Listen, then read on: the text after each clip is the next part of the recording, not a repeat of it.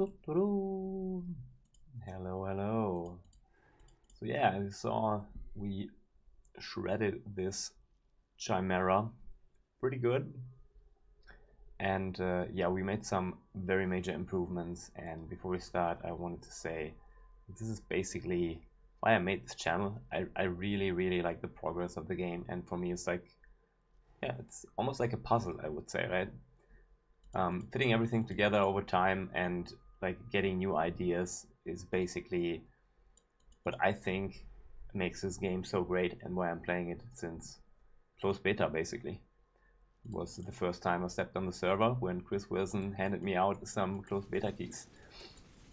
But yeah, I didn't play all leagues. By far I have not the most knowledge in the game, but that's not a bad thing. That's actually a good thing because there's always room to improve and always room to learn. And I hope that it inspires some of you guys to make your own builds or come up with your own ideas. The problem is in PoE, it is very, very tough to do this if you don't have thousands and thousands of hours of knowledge. And yeah, this is where like guides will come in, or people like me will come in and help you out and basically give you ideas on what you can do on your own, right? So anyways, let's go back to the character progression we have here over the last couple of days. I can't even keep up. I can't even keep my PoB up to date. Like I did so many updates. I tried to update the videos with new PoBs, but I keep changing stuff. But at the moment, I think we are in a very, very good state where I would say this character is pretty much S tier. Like there is some stuff that we still need to change. Like we are not fire resistant capped now, but everything is gonna be fixed in time. So let me tell you exactly what I did and why I did it since the last time. And yeah, let's start with the tree. So basically I fixed all of this cluster. Now we have this not allocated. It's a bit unfortunate because we don't get unspeakable gifts now, which is really great. Ideally, I don't know why I can't find it. Maybe it's not possible. I have no idea, but what you really want to have is unspeakable gifts here. This is only a little bit of damage, but I think for clear, this is better. But in normal maps with Azina's Gentle Touch, you won't have any problems clearing anyways. So what else did we do? I got some lightning res here and some chaos res here. It's just the fine tuning. You don't have to do this. Avoid being poisoned here. We are not capped at the moment, which is a bit annoying, but how much are we? Actually, we are capped. I can't really remember what I did. Yeah, I allocated this node here again. Yes, I can flip back out of this and into something else, but it's whatever. It's like not a big deal at all. Most importantly, I did get back for the Dying Sun here. You don't have to do the setup. If you don't do a Dying Sun, don't get these nodes. These nodes are not necessary. Flask effect duration, you don't need at all. What you rather need is for your life flask to sustain it is these nodes up here. They're way more important. You can drop these if you don't run a Dying Sun. And if you don't run a Dying Sun, you will do Ruby Flask, right? And the major important thing that we did,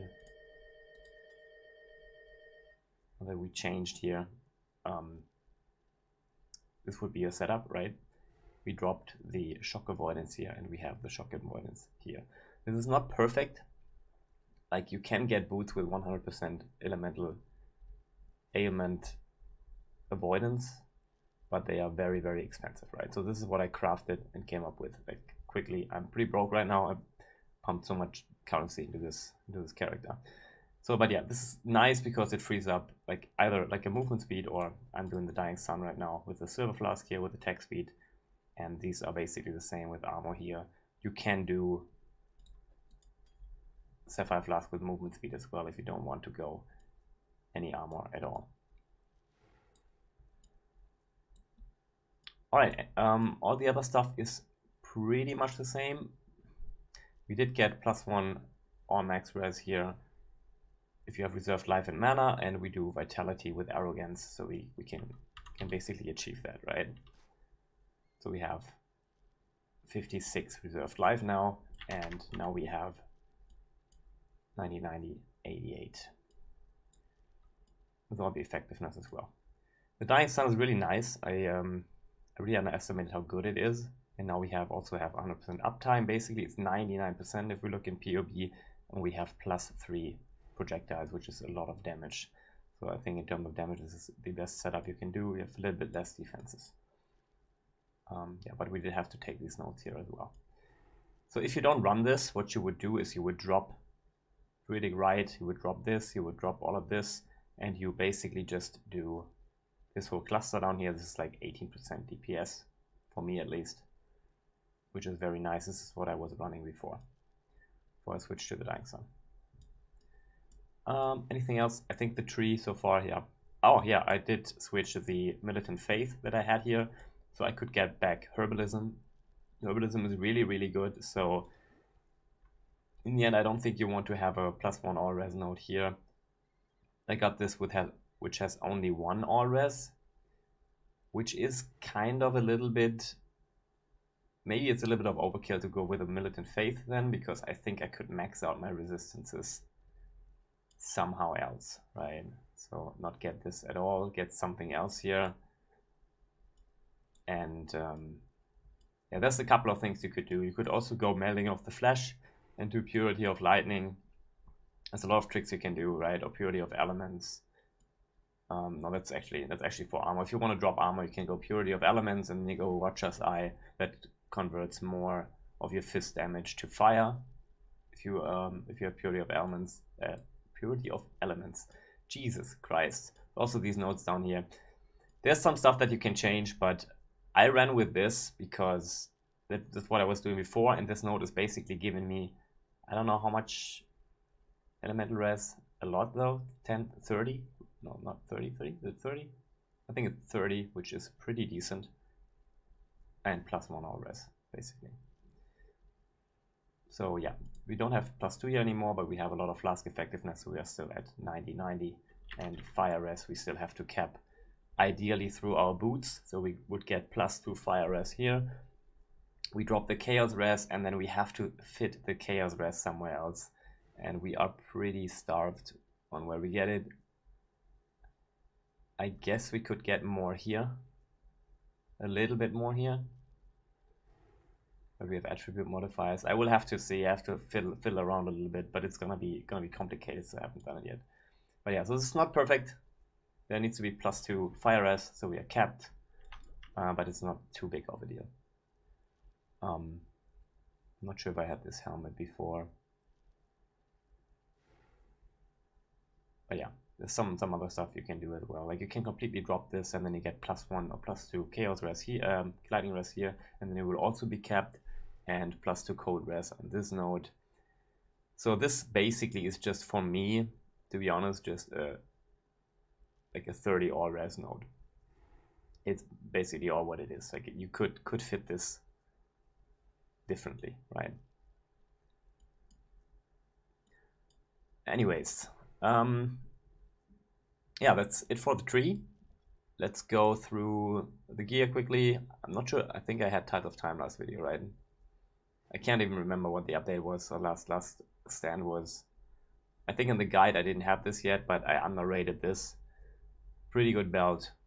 The life recovery is really, really great, and we also fit in Petrified Blood now because we have a lot of, where is it here?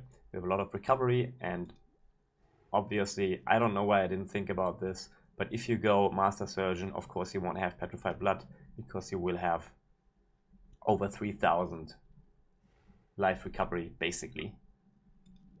You have to press the flask every few seconds, which is a bit clunky, but I think it's the downside is very low, and it lasts very, very long, so definitely a really, really good choice here. In terms of flask, you really want to go, like if you do this, I think you really want to go with the very high life flask and reduced recovery rate and increase the amount recovered, because this way we basically get the most amount recovered out of it per second. And that's definitely what you want for survivability. As you've seen in the video, we tanked the Chimera with over 100% attack speed and Tormented Spirit on it with basically no problem. We switched our gloves to Athena's Gentle Touch. We will get Temp Chains here for free and Despair on hit. You can still do Despair self-cast, which is better, but it is more tedious to do, and for mapping it is not optimal because it will not hit all the mobs instantly and the average damage will be lower. But for bossing, definitely go self-cast. I will show you the damage difference soon. It is crazy. It's really crazy, but really good for the explosions. We don't have the explosions here anymore, but you can definitely do this as well. And the thing is, you can still run Venomous. Venomous is pretty good. You could also get Aspect of the Spider on your boots. That's also an option, right? There is an Aspect of the Spider craft. I think it can also get it on rings, but I'm not 100% sure. But Venomous are definitely a good option here. Also, if you run Venomous, you can get the node here with 15% suppress chance that you can otherwise not get. And the only reason why I flipped out is because I don't have mana for this, right? So if I run Petrified Blood, I don't have mana for Aspect of the Spider. I think in the end, if this gets highly optimized, there might be a way with Enlightened level 4. I haven't really checked, but there might be a way to fit everything in and even get the Aspect of the Spider back, and then you could definitely get Venomous back.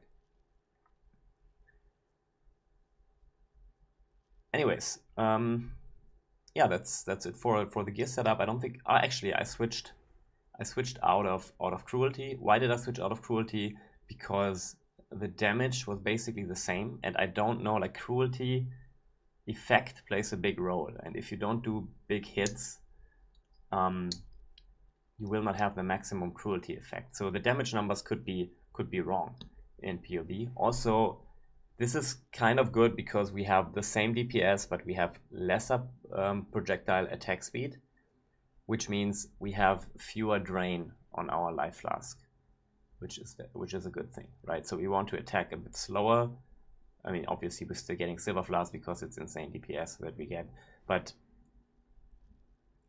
slower attacks and bigger hits is what we want to get. And I got this Awakened Vicious projectiles for, I don't fucking know, like 18 divines or something, level 6.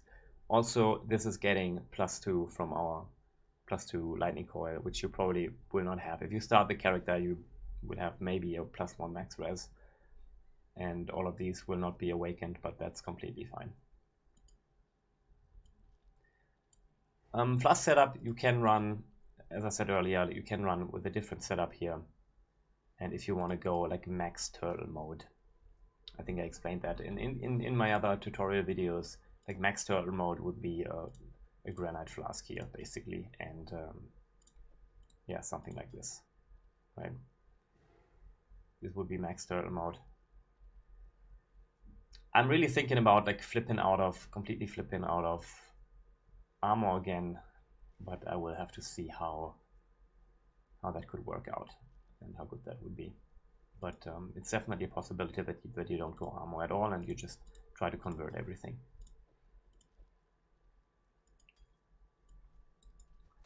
All right, I think overall, not sure if I forgot something.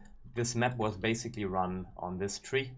Back to basics. Let's go back in and let's check the mods. I don't know how much this was increased.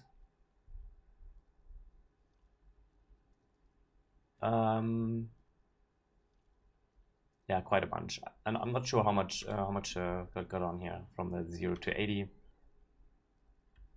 But yeah, overall we have a lot of explicit, and it's kind of crazy because this map is supposed to be very, very hard, right? And it's very, very easy in comparison to tier 17 maps. Tier 17 maps get insanely crazy in terms of stats, and some of them definitely gonna break. I did do, and I also have a lot of clips. I did do Lycia with basically a lot of mods, like over 100%. Increased attack, cast speed, frenzy charges, everything, tormented, 300% live, 200% live. And the worst thing is I wanted to show a full run tier 17 that I did deathless earlier, and I forgot to hit the record button, and it was so discouraging that I didn't do it again. And I just showed this Chimera, but I think it's good enough. I will later put up some more clips of the character. But if you just want to run tier 16s, actually let me show you live how this looks like. Hexproof. Is there anything I can't run? Yeah, flash charges gain is kind of meh, but I don't think it really matters. But let me quickly show you. Can we run a harder mod, please? Increase monster damage, accuracy. Yeah, okay. Let me quickly show you live how this would look like.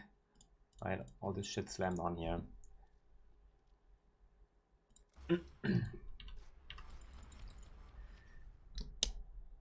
And I mean, I only showed you the boss, so let me show you how. This is like a tier 1 map, right? For me, this is just smashing through the monsters. There is basically nothing that can hit me hard enough in these maps.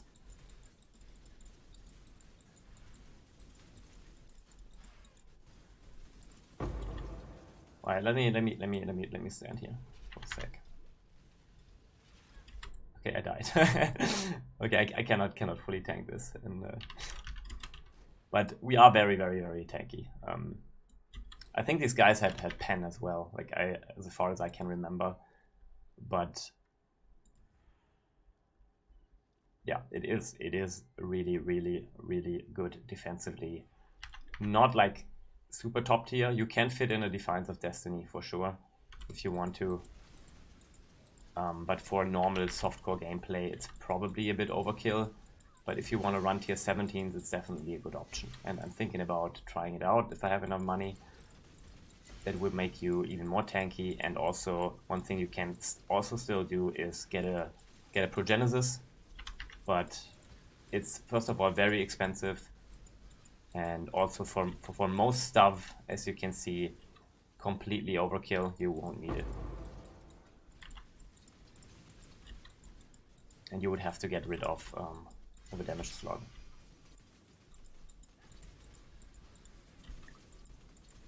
This is almost boring, right?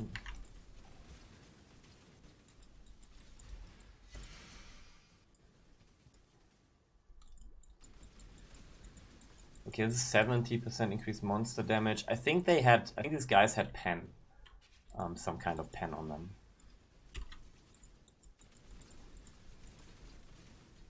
I will see Hydra. I don't even have PoB scroll, but I highly doubt I'm gonna die. But I could actually die. I mean, I don't know how much damage she does. But yeah, hi Hydra. Where the fuck is she? Oh, she phased.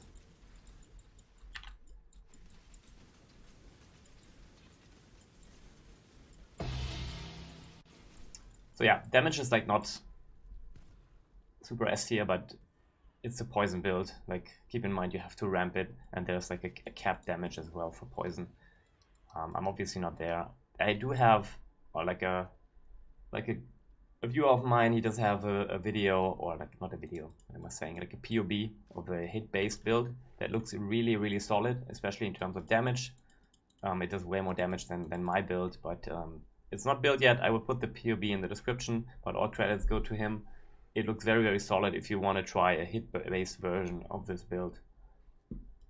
That's definitely something I can suggest. It's really well thought out. Alright guys, thanks for watching, and yeah, have a good one. Keep your character up to date, and the next time you come to me and buy my old stuff, I'm gonna give it for free. Right, so anyone who needs stuff for this build, just whisper me and I give it to you for free. I kind of feel bad if people come and they buy my old shit and then look at my old guide, and then I already changed like 10 things. It's not like the old stuff is bad, but yeah, I just updated so much, and yeah. Alright, anyways, bye! Oh, I guess I forgot to take a quick look into the PoB, which I wanted to do. So here's our PoB. We ticked 15 wither stacks. I mean, of course, we are hitting very, very often. So I think you should tick this. After ramping for like 1 or 2 seconds, you should be there. Guardian Pinnacle is ticked, and we are at 1.5 mil combined DPS per hit. On live, on no live, 800k.